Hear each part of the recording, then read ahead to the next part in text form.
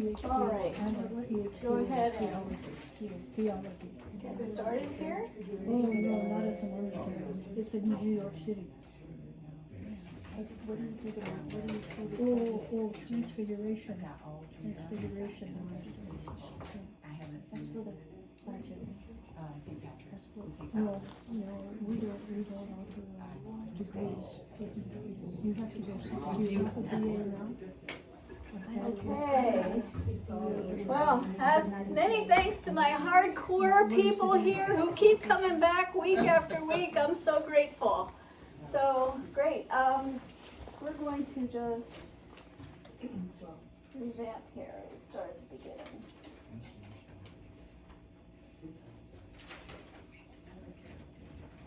Okay. So this is week 5. We're going to go. This is rules 12 and 13. So just 2 rules. Just a question: was 5 rules last week too much for everyone, or was that okay? That was okay, because my husband got home. He said you need to make it 8 weeks, and I said I don't think people will come for 8 weeks. I don't think I'm up for 8 weeks. But anyway, I think if that worked, then that would be good. Okay, we'll recap. Rules 1 teaches us how the good spirit's things invites those who are going from mortal sin to mortal sin. You remember that. And this is Audrey. Audrey's just joining us on week 5, so she's going to have a lot of reviewing to do. Rule 2 tells us how the enemy will stay and invite the one who is doing good and trying to get better. But the good spirit is always present to assist us to do good and to grow closer to God. Rule 3, it teaches us what consolations are. That's an increase in the feeling good, faith, hope, and charity. You're feeling great with consolations. And desolations in Rule 4, how we know we're experiencing desolation by its pull. It wants to pull us into sin. So, Rule 5 teaches us never to make changes in times of desolation. I hope everybody's got that one down. That one's really super important. Rule 6 says, even though we should make no changes or decisions during desolations, we can change ourselves to work harder. More prayer, meditations, examination, and extending ourselves in penance. Rule 7 is ask God why God has allowed us to experience desolation. I mean, they're never fun. Why would He want us to experience that? Number 1, so we can grow stronger in fighting the desolation, and 2, so we should know that God never leaves us without sufficient grace to get through it to the other side. Rule 8, those in desolation must improve in patience, that's my weakness, while understanding that desolation cannot last. Rule 9 says that there are 3 principal causes of desolation that we're in our prayer life. We are tepid, slothful, or negligent. So tepid means we're just not that into it. Slothful is we're having trouble just getting into the prayer and saying the prayer, and negligent is giving up altogether. Rule 9 part 2 says desolation is to test us to see how far we will extend ourselves in His service without consolation and feeling the increased graces. Remember, He will never leave us. Even if we feel this is tough, He will never leave us. Part 3 says, do we recognize and understand that we cannot attain or maintain an increase of devotion, love, or consolation, but it is all a gift from God, right? We all know that, right? Yes, yes. Yeah. All right. Rule 10 says we must, while we are in consolation, prepare for times of desolation to follow and take new strength for that time. That includes praying for yourself when those times come and lining up people who can help you get through that. Writing down things about how you're dealing with those desolations. Just lining up the prayers so you're ready to reach for them when you need them. That's just a few examples. Rule 11, this is the last one we went over last time. In consolation, we must lower ourselves and comprehend the graces of God we are experiencing. Okay, so when we feel good, we know it's not because of us. That's a tough one. I mean, we tend to think we're doing something right and that's why we're feeling good. I think that's only human. It's not. That's God. In desolation, we have to remind ourselves that although we can do much with God's grace, And we can do much with God's grace and take strength from God to see us through. So that's a recap of the first 11 rules. We're wrapping this up. We have 2 more rules today. Next week we're going to do the last rule, and we're going to do the daily examine, which is how you kind of pull all of this together in an exercise day by day. So that I think I hope you guys are going to be in really good shape. And thank you to Tina who told me this morning. She said, go ahead. Oh, yeah, no, I thought of you many times this week because I was able to take the knowledge the wisdom that you have shared and apply it to my daily life. So it's Awesome. That makes me feel great. Yep. So Okay. So this is question, if you don't mind, before we dive into the 2. Yeah. It has to do with the state of desolation and consolation. Okay. And so, like, on average, or how frequently do we shift from one to, like, what's the kind of like the norm, so to speak? Is it like a state you're in for a while and you have to kind of throw your way out of it, or is it happen like maybe back and forth in a day? Yes. The answer is yes. Yes. Thank you. Okay, so All of that. that's all I needed to know. There's no norm. It's like, you're standing outside and say, when is it going to rain again? Right. And then, it could be sunny skies, and then a front comes through, and 2 hours later, it's drenching. It Right. just, you can't Gotcha. really, and it could Good be enough. just a shower or a flurry, or it Right. could be a real spring that I'm waiting for. So, Great, yeah. that helps me, man. That's just frame stuff, so that's good. Is Thank that you. Perfect.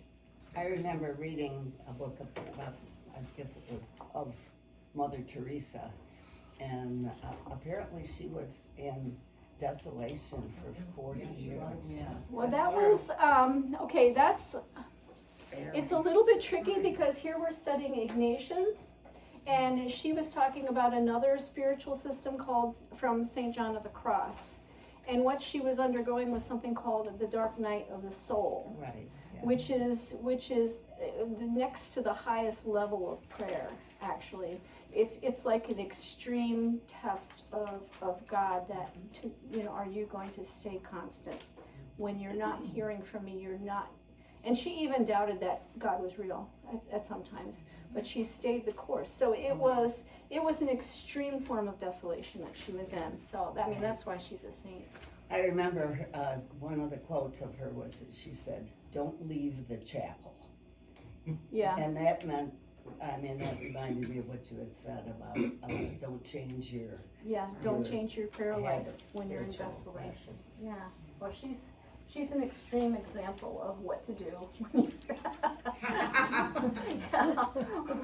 Yeah. We just set ourselves up for failure. Yeah. Okay. So this is rule 12 is pretty long. So we broke it up into 4 parts. The first part is the enemy will act like a woman in being weak when faced with strength and strong when faced with weakness. For it is as proper to a woman when she is fighting with some man to lose heart and to flee when the man confronts her. So bear with me here, ladies. Ignatius is using metaphors here. And we have to be careful reading into too much of this about the woman, okay? In Rule 12, he talks about a woman against a man. In Rule 13, he talks about a false lover. In Rule 14, he's talking about an enemy besieging a castle. These are all analogies. So don't take this particular example to heart. Too late. He uses these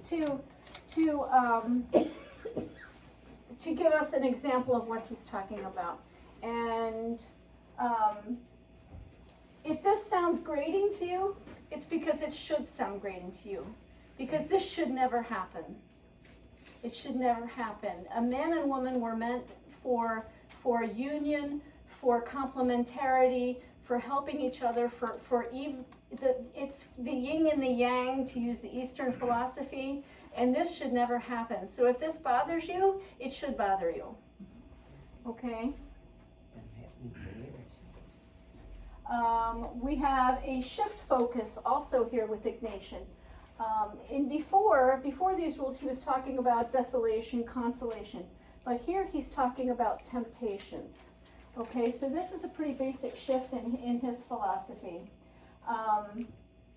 Desolations can lead to temptations, and we've talked about that a little bit. When you're in non-spiritual desolation, it's so easy to trip the corner into spiritual desolation, right? So we have to be careful not to let that happen. Rules 4 to 7 mention temptations a lot, and temptations are the invitation issued to us at times of desolation. So the enemy is issuing that temptation during desolation. We cannot go there. And it can, as we all know, how attractive that invitation can seem when we're desolate, right? We talked about how, he suggests that this change has to be made right now. It could be a major change and you're gonna fix it all right now. And how we have to resist that, right? That's one of the reasons for Rule 5. Okay, there's another metaphor that we can use. This part 2. On the contrary, if the man begins to flee, losing heart and anger, the vengeance and ferocity of the woman grows greatly and knows no bounds. Okay, this is another metaphor that we can use, and that's of a spoiled child. I mean, who among here, who's a parent here? And all of you have witnessed a child who gets out of control, right? And it starts small, and then it just, boom, before you know it, that little one is out of control. And, so that's how it works. The enemy will start small, but it doesn't take very long time for him to just explode on us, right? Another metaphor is a snowball at the mountain. The snowball starts small at the top of the mountain, and then as it rolls down, it rapidly becomes bigger, and if you can't stop it, it's going to run you over. Okay, so that's another metaphor. These are all metaphors. So when is the best time to address these temptations of the enemy? Fire. Yeah? Beginning. At the beginning. Yeah, we need to address them right away when they happen to us.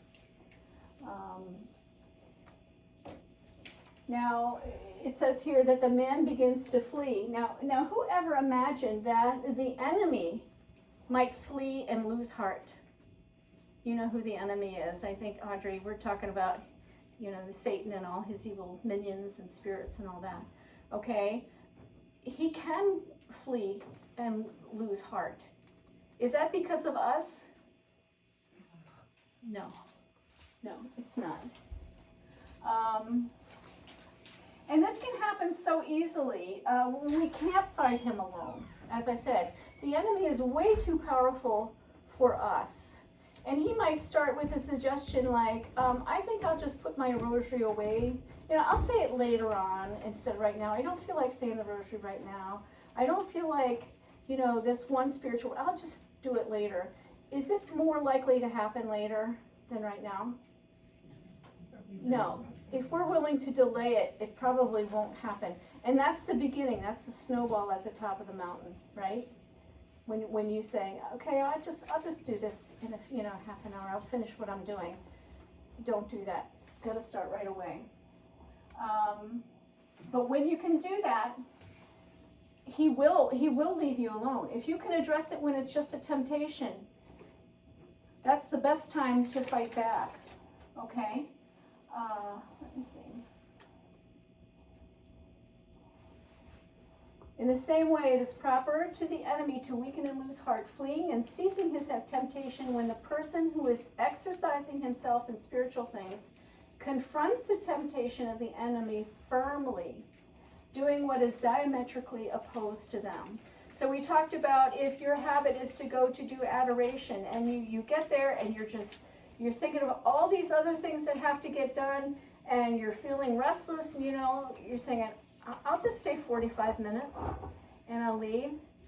And you know what you do? What's diametrically opposed to that line of thought? Anybody? Staying longer. Stay an hour and 5 minutes. Instead of cutting it short to 45, you stay extra long. Okay? Even just by a few minutes. And that works. Yeah, Mary? But don't you think that if you ask for God's intercession as that's happening, God will and does intercede and help you to... Yeah, that's the key to all this. Remember I said preparing for the times of desolation. knowing how to turn, knowing which prayers you have lined up, knowing which scriptural references you're going to meditate on, which prayers you're going to say, where you're going to go, who you're going to talk to. It helps to have all those lined up, because that's how you turn to God, and you're turning to God to invoke that help. Okay? Because we are no match for him. But when we call upon the divine, we're not fighting it alone, right? We're fighting somebody, and the devil is not, the devil is a creation of God. He is not another God. There's no way he's as strong as Jesus. Remember when Jesus was in the temple and you know, that boy was there, and the devil came out and said, was it the parable? Who was it? I don't remember which parable it was, but the evil one said, I know who you are, Son of God. What are you going to do? And he said, be quiet and come out of him. And boom, that was it. Okay, the devil cannot fight God. He's no match for God, not even close. The devil is a creation of God. He's not God himself. So when we turn to God and invoke him with the prayers, who's going to win? God is going to win, not us. God is going to win that one. Okay? So remember we talked about Rule 6, what to do when we're in those times. Prayer, meditation, examination of ourselves, and extending ourselves in penance. So offering up penance. And what I like to do is I like to take that desolation and I say, look, I'm really suffering. I'm really struggling with this. And I'm going to offer all this struggle. I'm going to do this struggle. I'll do this, and I'm going to offer it up for something that will really make him mad. Usually it's for priests, because I figured he does not want priests to be strengthened, right? But or offer it up for somebody suffering, offer it up for somebody in purgatory. These are some of the most powerful forms of prayers that you can offer.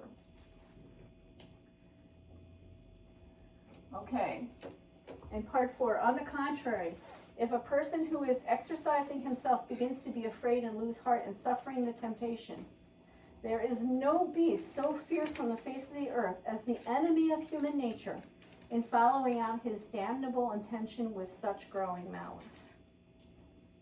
So this is what happens if we fail to recognize that God can fight this, and turning to God and using the tools that we were given to fight that temptation. Because the enemy will just overwhelm us. Okay? So, I mean, it's interesting that he says the enemy of human nature here. That's the only time I know in the rules that he says, he adds of human nature to the enemy. So I think it's the enemy knows us. He knows our human nature, and he knows how to use our human nature against us. So I think that's why he added that. I mean, I'm just guessing. All right, we're going to talk about Stephen, who's a seminarian. Stephen is preparing to be ordained a deacon. Now, there's 4 years of seminary. In the 3rd year, up here they do a pastoral year, and I'm not talking about that. But the 3rd year, they're ordained a deacon. They're a deacon for a temporary deacon for a year, and then they're ordained a priest. So here he's getting ready to take that step, and that's when they take the first of the holy orders. Okay, they vow prayer, celibacy, and obedience at their diaconate ordination. So it's a big deal. I mean, he's really committed at this. So he's just about to do that, and he goes on retreat, a 7-day silent retreat before his ordination. And he's just an occasional smoker. He doesn't, maybe once a week he has a cigarette. And he decides he's not going to smoke during this retreat. Okay, it's not like he's a chain smoker. Okay, so he starts on the retreat, and he's feeling really good for the 1st day, 2nd day, the 3rd day. 4th day, he's getting a little antsy. The 5th day, he said, I need a cigarette. Pulls out a cigarette. So what's he thinking then? He's like, oh man, now I failed. I was giving it up, and I failed. Am I really cut out to be I can't even stop the cigarettes for a week, and I wouldn't even have missed it had I not promised to give it up. And, and then he just starts collapsing inside. So what he does, he goes to his spiritual director, and he tells him all about it. And the spiritual director said, Stephen, it's okay. It's okay. This is, we're stopping that snowball, and we're going to learn in here. One of the things that we do is talk to somebody when we're feeling like we are overwhelmed. And it's growing, and I mean, we've all been there. You start on that thought, and then it becomes overwhelming, and you're just like collapsing under it. One of the things you do is talk to somebody who's particularly qualified, okay? And I'm saying that right in front of my spiritual director.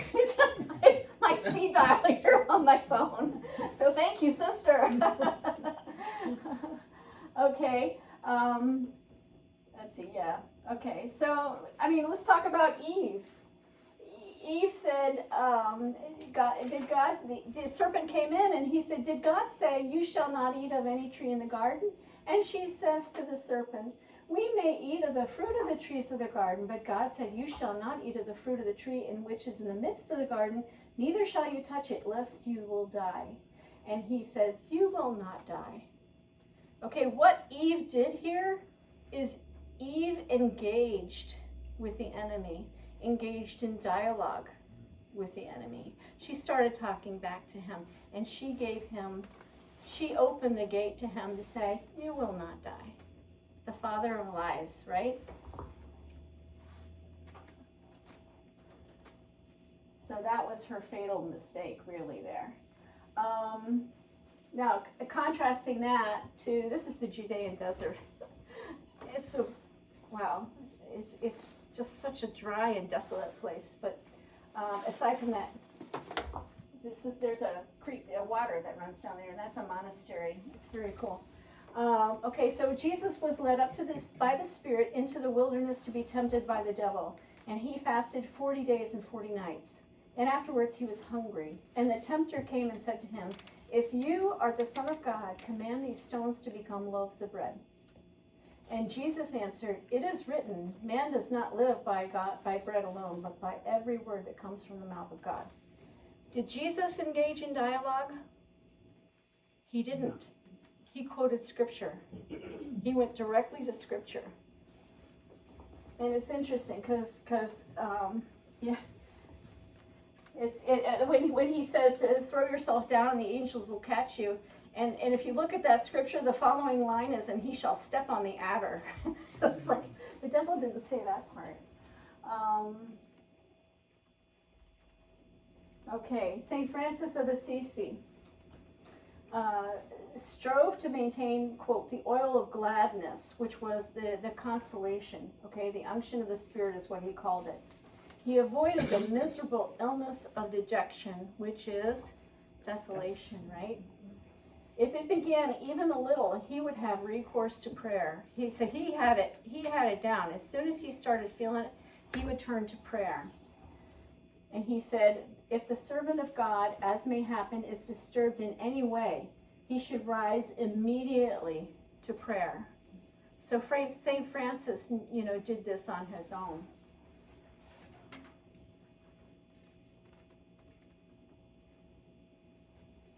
Okay, and here's St. Benedict. I'm sure Sister knows this rule. She's Benedictine.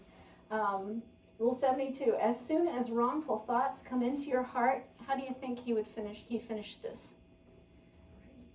It's amazing. Yeah, Ann. Pray? Sure, that's good. Anybody else have an idea how he would finish this rule? Reject them. Reject them? Yeah. Call upon Jesus Christ. Yeah, yeah. Invoke the name of Christ. Yeah, yeah. Well, this is what he says. Dash them against Christ and disclose them to your spiritual father. Boom. Which I thought was interesting. Dash them against Christ. If you have the crucifix, just turn to that crucifix. Does anybody have any questions about this rule? Rule 12? Does it make sense to everybody? Yeah? Okay. All right, Rule 13. Likewise, he, the enemy, conducts himself as a false lover in wishing to remain secret and not be revealed. For a dissolute man who, speaking with evil intention, makes dishonorable advances to a daughter of a good father, or to the wife of a good husband, wishes his words and persuasions to be secret, and the contrary displeases him very much. When the daughter reveals to her father, or the wife to her husband, his false words and depraved intentions, because he easily perceives that he will not be able to succeed with the undertaking begun. Does that kind of make sense?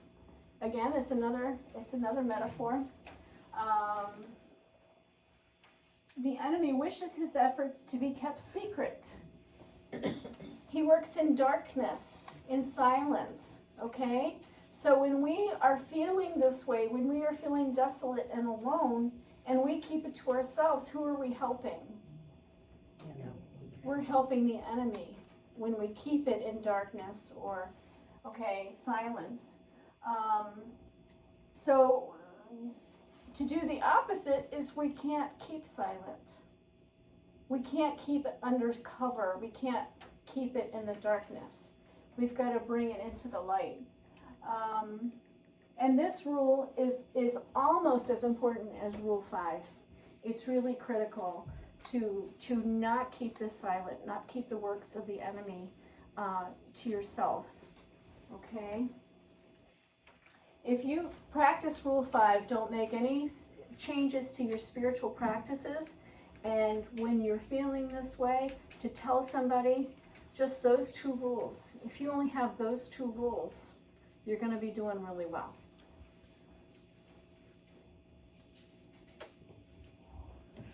The efforts of the enemy can only succeed if it's kept secret. The moment the secret is shared, the enemy will fail. Once she reveals it, that's the end. It's up to us to take that step and turn on the light, open the door. Okay, let the light in. That's what we got to do.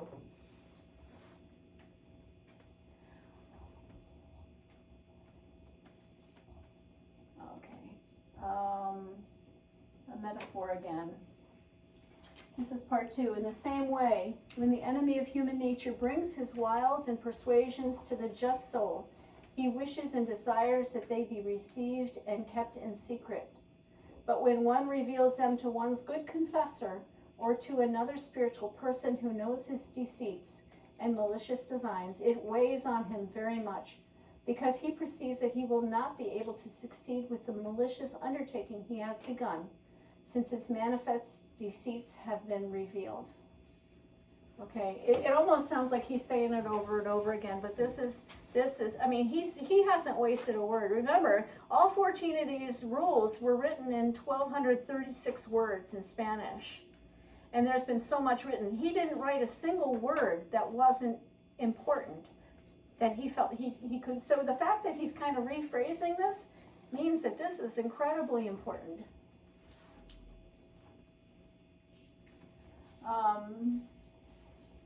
When one reveals them to one's good confessor or to another spiritual person.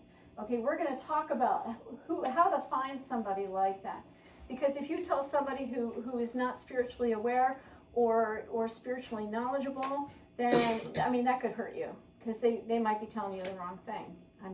Think of in high school when you tell your best friends and they'd give you the worst advice you've ever heard in your life. And you're like, oh, well, they said it was good. I said, yeah. Putting toilet paper up in the neighbor's tree was going to be a cool, fun idea. Yeah. Okay, so we have to find the right person to talk to.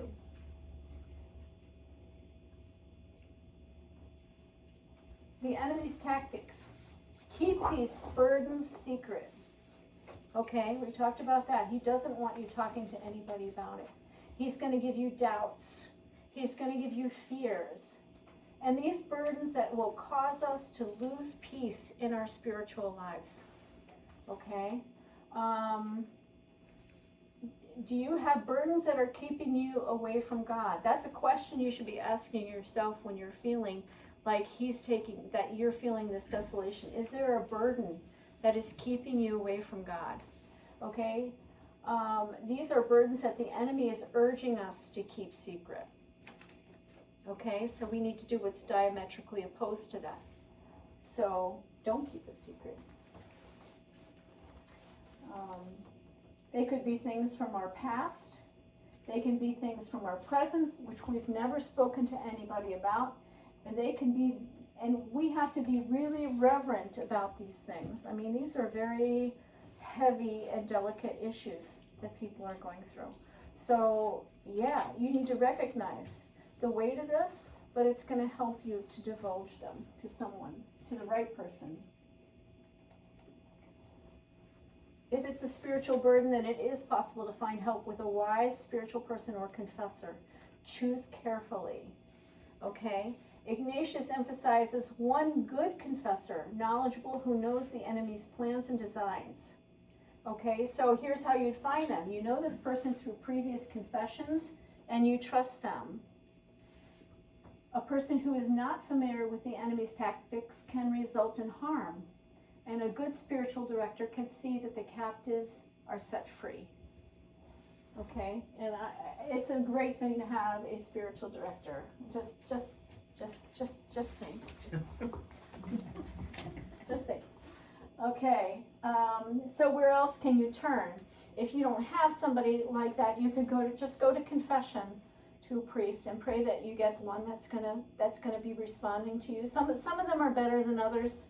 Okay, some of them, like I used to go to one priest, and it just felt like whenever I would go to confession, it was like he didn't get what I was saying, and I'm like didn't get what he was saying, and I'm like, well, that's not working. So, you got to see somebody or make an appointment with somebody that you know. See if you can find a spiritual director.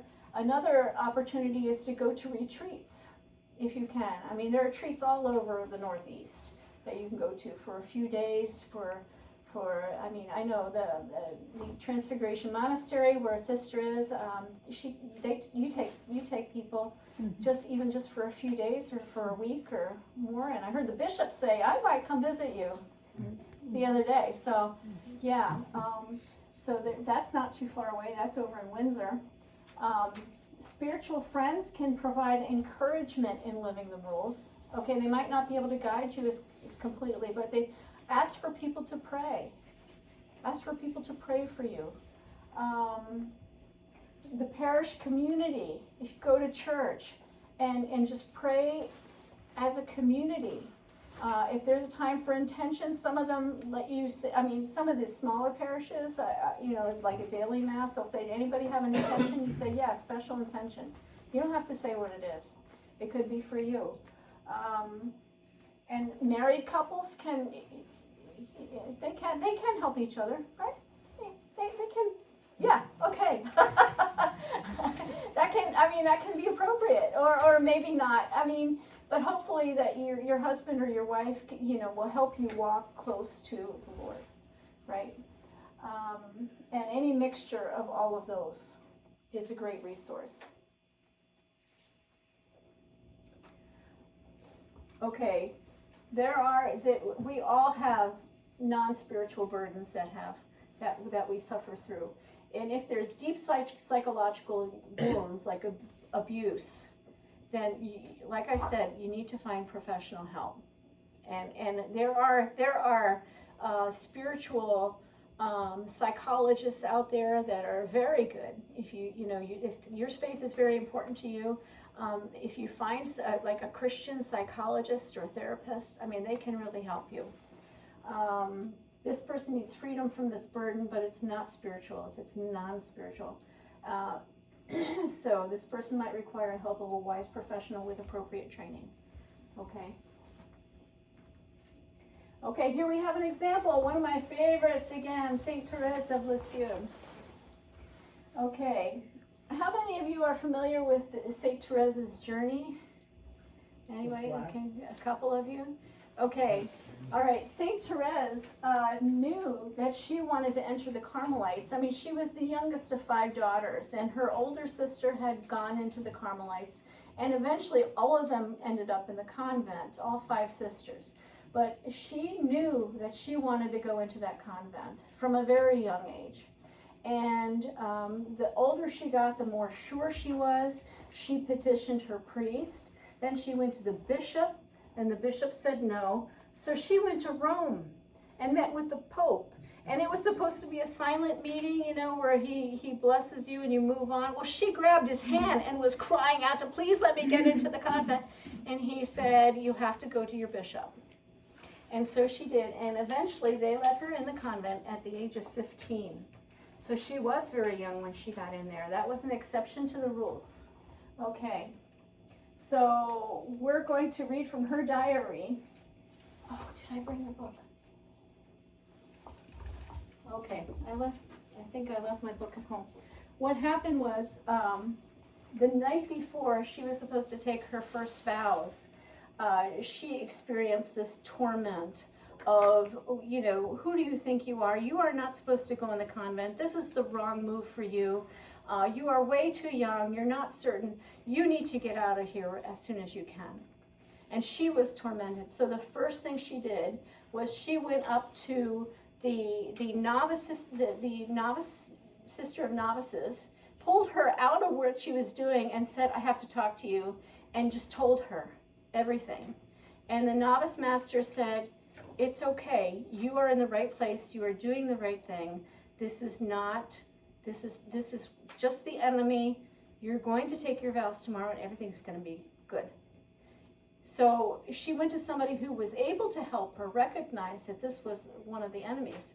So she automatically, then she just felt so relieved and consoled from that.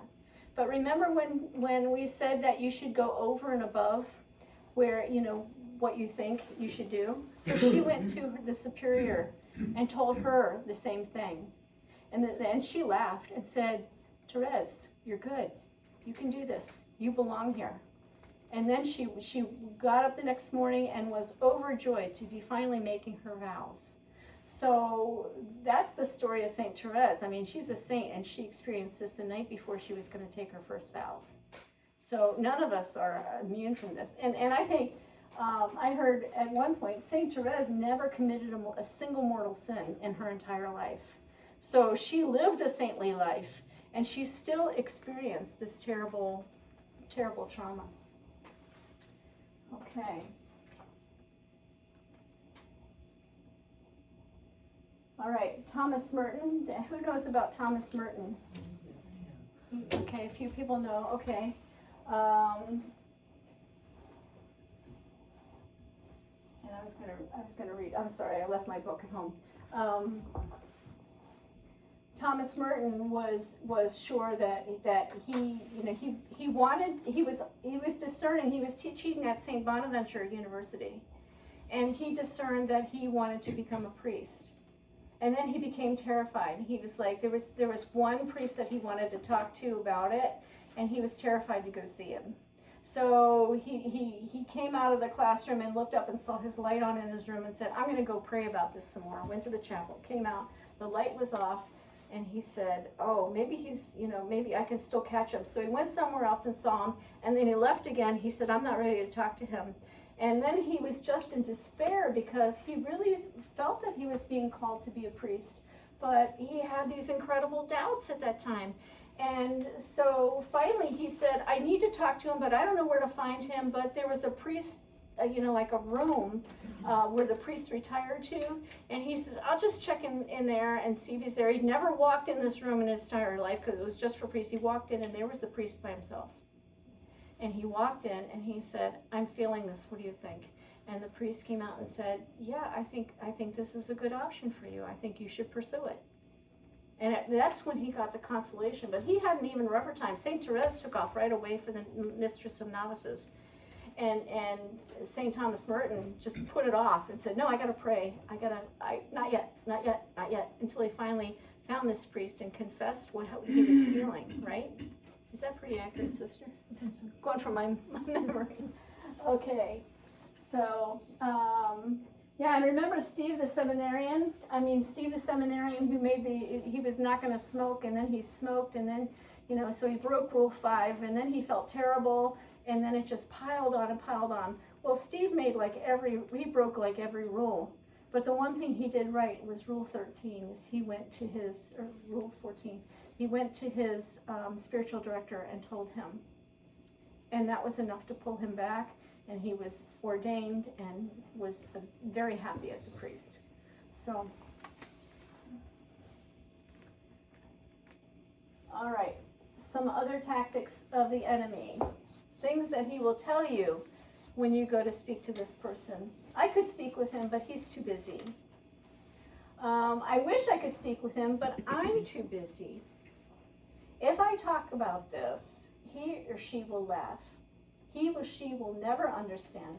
He or she will never respect me again. If this is true, we can never work together again. So what's the point? Nothing will change. I mean, can you see how these tactics feed into the keep it to yourself, don't tell anybody? And these are the things that we cannot listen to at these times. We just have to be brave and talk to somebody who's qualified to help us. And we were not meant to be alone. I mean, here we have St. Francis and St. Clare of Assisi. I mean, they were there for each other.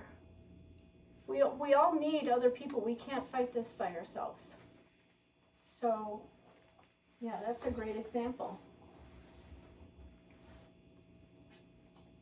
Does anybody have any questions about this one? Rule 14, Rule 13? How do you find a good person to talk to? Yeah, that can be challenging. If there's somebody, if you have a spiritual director, then that helps. If you don't have one and you want a recommendation, then I would ask the priest if they know of anybody. There are spiritual retreat centers that you can go to find somebody. Like Christ the King, I'm sure they would have a list of spiritual directors that you could talk to. Or if you go do a retreat somewhere, if you ever go to a retreat, there's most likely going to be, I mean, I would think there'd always be somebody you could talk to if you go to a retreat. Generally speaking, yeah. They would always have somebody there qualified to help you. And I know people who have gone to retreats and they've come back just changed, and they're like, this made such a big difference to me to be able to talk to this person, and they remember this person who helped them for like the rest of their lives, you know? I mean, they form really long-term, relationships with these guys. So, I mean, I think that's one of the planning ahead things, lining up your options is maybe going on a retreat when you're not in desolation, so you have that channel open to you. I've gone on a lot of retreats, but the problem is that sometimes you find someone and you're with them for a while, and then they go somewhere else, and they're no longer available to you, and then you have to search again. But they were there when you needed them, right? Yeah, but you might need them again. Yeah, but then I think it's God always provides. And I think that's kind of like the manna in the desert. I mean, when the Egyptians were leaving, I've always been fascinated by them leaving Egypt. I mean, there were something like 600,000 people that Moses led into the desert. I mean, how are you going to feed 600,000 people in a desert, right? I mean, that just boggles the manna. Yeah, God sent the manna in the morning and the quail at night. But they were only to gather the manna that they needed for that day, and the quail that they needed for that day. And the whole object of that was that you take what you need for today and trust in God that He will provide for tomorrow. And I kind of think that's what we're talking about here. I'm hoping that you'll be, that you can find somebody else who would be there. I know it's challenging. Easy. No, it's not. Not at all. I mean, I think the only thing I can say, Sandy, is call around, call Christ the King, call the Franciscan Center. I don't know if sister, if you're not available, if you know other people who might be available, you got to find somebody that you feel comfortable talking to, and that can take some searching. But that's all preparing for, preparing your options for when you need somebody, that they'll be there. So, but yeah, there's no question that it can be trying, but God will never leave you hanging. He's always there. Yeah. So, does that help at all? I hope it helps. A little bit. Anybody else have any questions that I can answer? Nobody? Okay, I guess we finished up a little bit early tonight then. Yeah, did everybody get a book? I have a couple books left over if you want one. The book is great. It really is. It is. I've been reading it. It's great. Yeah, Very good. yeah, it is good. And- Clarifies a lot of the things that you've talked about. Yeah, it's like you could come to this, I don't know how many times, by different people, and you're gonna get a different facet of it from everybody, probably. Because they're so deep. These rules are so deep. That, I mean, to me, it's like, this is how I'm reading them. And I hope I'm helping a lot of you, but if you go to listen to somebody else, they'll pull something completely different out to it that I'm sure would be just as helpful. But yeah, there's a lot there. Well, thank you for doing this. It helped. Oh, you're welcome. You're welcome. I just, when I discovered these, like I said, well, in 19, Judy and Terry and I went with a pilgrimage to Spain. And I knew a little bit about St. Ignatius, and then we visited, I've been showing pictures here of that I took where his baptismal font and his chapel and his house and that he grew up in and all this. But Father Michael gave me that book, which I read half of, and then he took it back.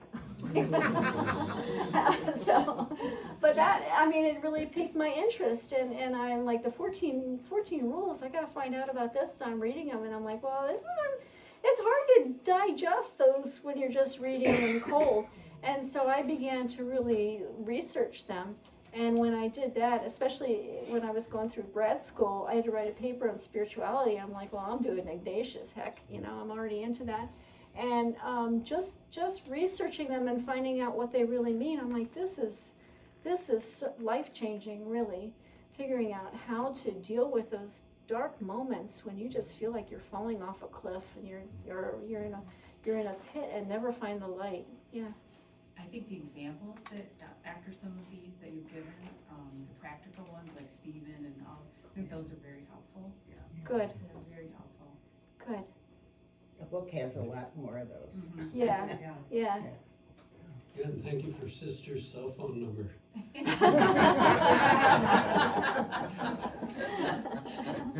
Yeah.